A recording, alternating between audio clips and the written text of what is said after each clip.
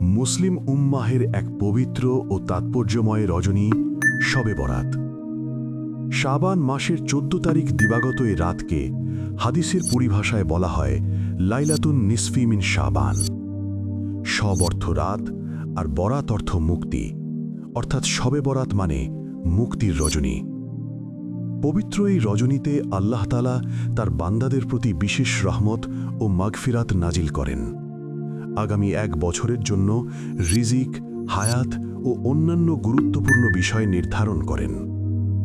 এই রজনী মানুষকে সুযোগ দেয় তওবার, আত্মশুদ্ধির ও আল্লাহের দিকে ফিরে আসার। বিশ্বের ধর্মপ্রাণ মুসলমানরা রাত জেগে মগ্ন থাকেন নফল নামাজ, কোরআন তিলাওয়াত, জিকির ও দোয়ায়। অতীতের ভুল ও গুনাহের জন্য আল্লাহ তাআলার দরবারে ক্ষমা প্রার্থনা ও নতুন করে জীবন গড়ার অঙ্গীকার করেন। আত্মসমালোচনা, আন্তরিক তওবা, অন্তর পবিত্র রাখা ও আল্লাহের রহমতের ওপর পূর্ণ আস্থা রাখা শবে বরাতের মূল শিক্ষা। ইসলামের ১২ মাসের ধারায় শাবান মাস হল মুসলিম উম্মাহের পবিত্র রমজানের প্রস্তুতির মাস।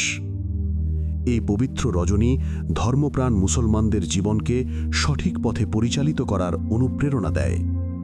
বিশ্বের বিভিন্ন মুসলিম দেশের মতো বাংলাদেশেও এই পুণ্যময় রজনী গভীর ধর্মীয় ভাবগাম্ভীর্যের মধ্য দিয়ে পালিত হয়।